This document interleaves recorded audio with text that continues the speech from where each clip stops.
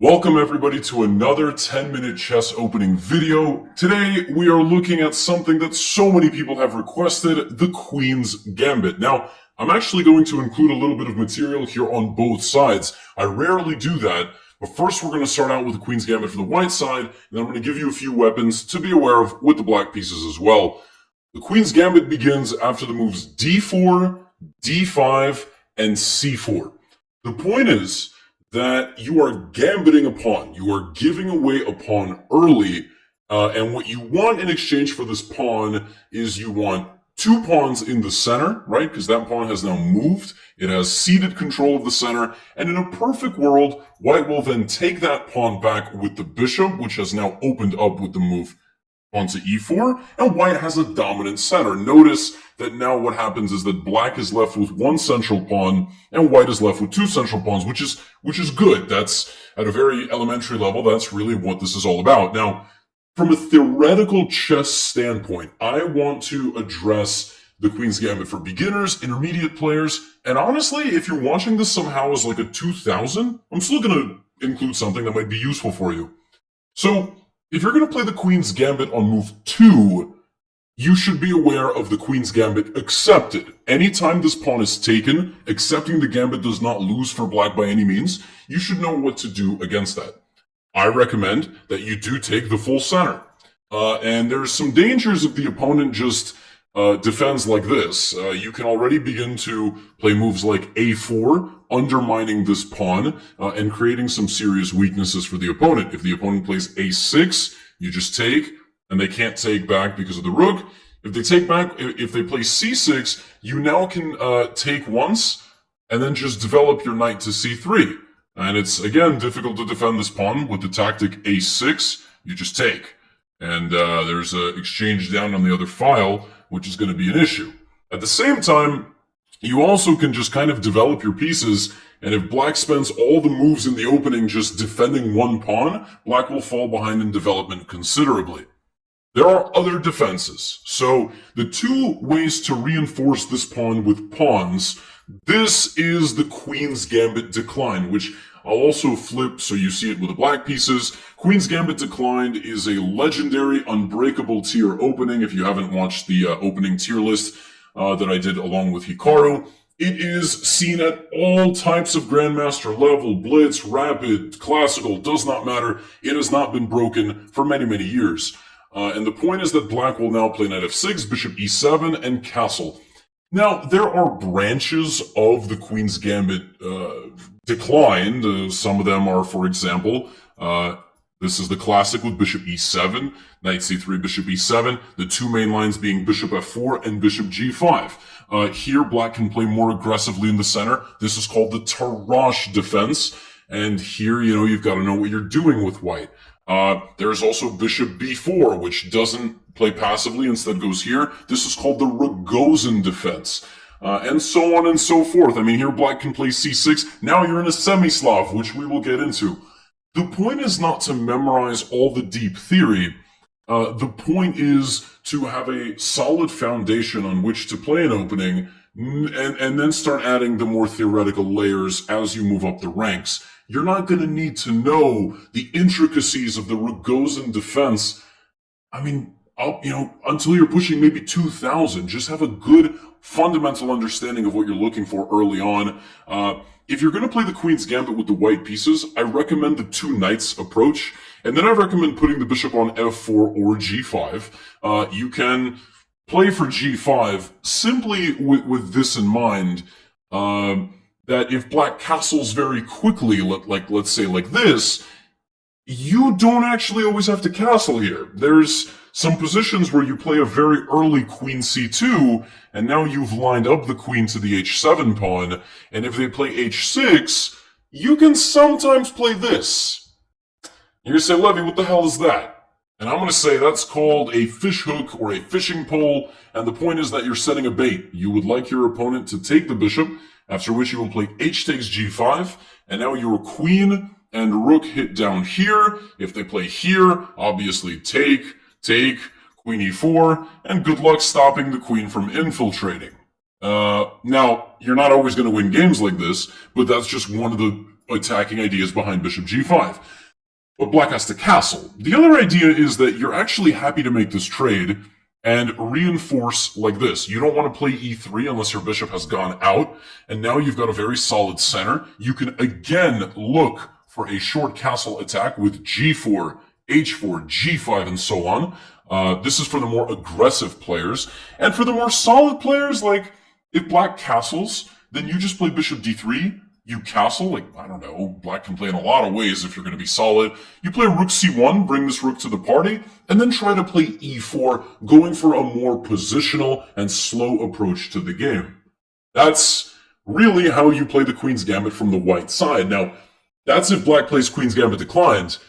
The other way that I haven't really looked at yet is the Slav defense. The Slav defense is different than the Queen's Gambit because black reinforces, but the bishop stays a bit more open. The knight is the problem. The knight now cannot come out to c6. You can play this all the same, and the only layer here that I will add that potentially you should know is that you have queen to b3. A common idea that only exists when this bishop leaves, and queen b3 will hit the b7 pawn. When you're a beginner, this is going to work a lot. When you're a slightly stronger player than a beginner, people are not going to lose this pawn anymore, but there will be other opportunities that await you on the queen side with bishop f4, potentially getting a knight to b5 and knight into c7. But if you just want to keep it all the same, you just want to play like, bishop g5, e3, rook c1, by all means, go ahead and do it. Those are the two ways to decline your gambit. And that really leaves us with other stuff. If they defend with the knight, you just take. You go, Levy, why would I take? I mean, you didn't take the other way. The difference is that when they don't put a pawn there, they're not taking you with a pawn. And if they have to put the knight in the center, now you take the full center. Don't forget that at the end of the day, chess principles exceed or supersede opening knowledge of some form, right? Like, if you can put two pawns in the center, that is what you should be doing. And if they take with the queen, well, then you just play knight c3. I mean, you can't play e4, so you play knight c3, knight f3, and e4. Like, you try to take the center with two pawns, get your dark squared bishop out, get your light squared bishop out, and either you don't castle and you try to attack, or you castle and you play it slow. The Queen's Gambit is so solid, except against gambits.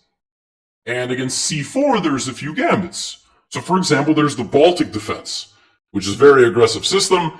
Against the Baltic defense, you should try to be as solid as possible and play things like knight c3, for example, and if black tries to cheese you early on, like again with something like knight c6, looking for knight b4 and knight c2, just stick to your game plan. Bishop g5, rook c1, not really worried about something on c2, just develop your pieces, you're extremely solid. And at the same time, there is something called the Albin counter gambit. Now, this one's a little bit dangerous because if you take on d5, I bring my queen, and now I'm pressuring the center with two things. You don't get a very peaceful position. If you try to play knight f3, I play e4, and all of a sudden it's like, whoa, black's attacking me. And if you play taking this pawn, black can lodge the pawn into d4, and now it's not so easy to develop. Actually, one of the benefits of playing knight to f3 on move 2 is that you avoid the Albin counter gambit basically completely.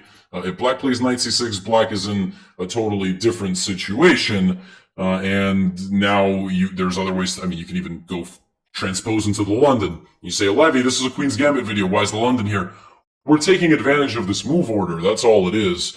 But the Albin counter gambit with e5 after you play c4 is nothing to be afraid of.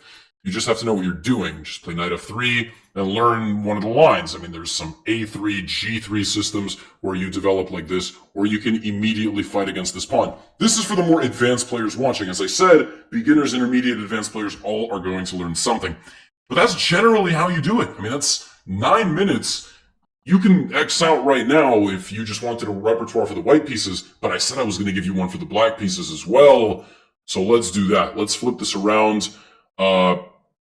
We are now going to be the wrecked noob, huh?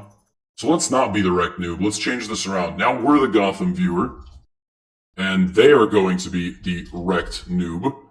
And let's say they play the Queen's Gambit against us. Now, you say, Levy, Queen's Gambit only exists after d5. What about knight f6? Well, you're not gambiting anything. That's just a different position.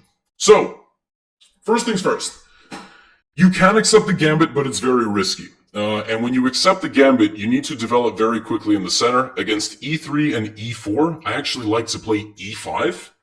The point being that if white takes on c4, you just take this pawn.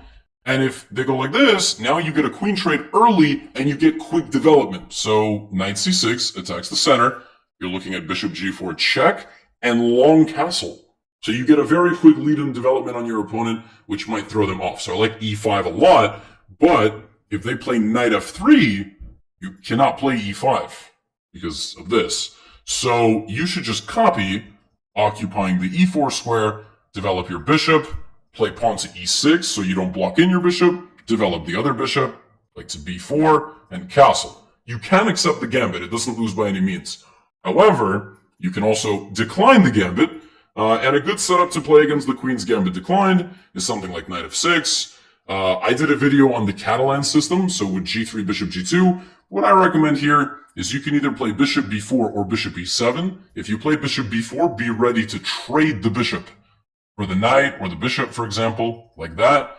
And if you do, something like castles, bishop g2, and you're going to have to get this bishop out with b6. That's what you're going to have to do. Because the bishop can't come out this way. Bishop b7, knight d7, and then c5. So something like castles. Let's say this happens. I said be ready to take. Knight d7 and pawn c5. So you at least have two pawns fighting in the center of the board. Your games are going to look a little bit different. But that's if you basically want to play the Queen's Gambit declined. Slav defense is okay. It's not, it's not any better or worse than the Queen's Gambit declined. I think they're equally okay. The same game plan, develop, bishop out, pawn, etc. Now, there's one spicy thing that I want to include, and that's the move knight c6.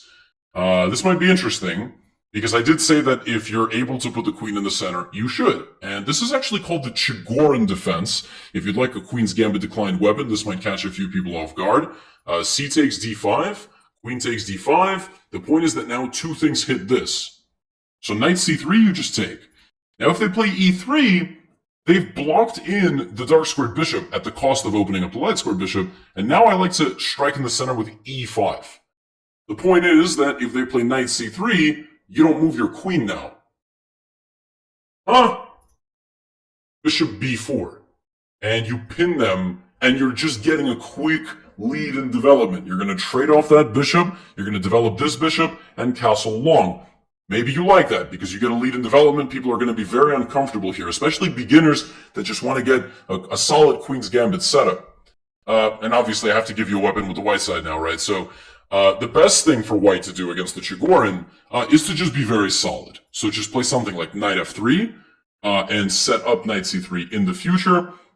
And generally with black, what we'll do here is, again, we're going to try to play bishop g4 as fast as we can. White might play knight c3, and now we kind of see the problem. So you can play this in the form of a Scandinavian, something like queen to a5, and looking for a quick castling. So d5, something like this. And we're just trying to play aggressive chess, which the computer is not always going to like. But, okay, I mean, it doesn't really matter what the computer wants, because if you're playing someone who's around your level, and they're not cheating, then they don't have a computer. I hope this was helpful. All right, I hope this was helpful. We're about 14 minutes into the video, but I wanted to do this for white and for black since people have asked. All right, and in case you're wondering, because you like my shirt, it's from All Saints. It's made of silk. It's really nice. I got it today, and I know you all were wondering. I like to wear different patterned shirts, so yeah, I figured I'd share that. I don't really have much more to say, but I'm not going to cut it here. As always, drop a comment. Leave something in the comments with the King's, oh my god, I don't even know what opening I'm doing anymore. What game in the Queen's Gambit that you played, whether with white or with black. If you're not part of the Discord yet, that's all in the description. There's so many useful links. And if you want to support the channel and get something back, you can get an opening course, E4, D4, and opening courses for black. I don't have much else. I'll see you in the next video.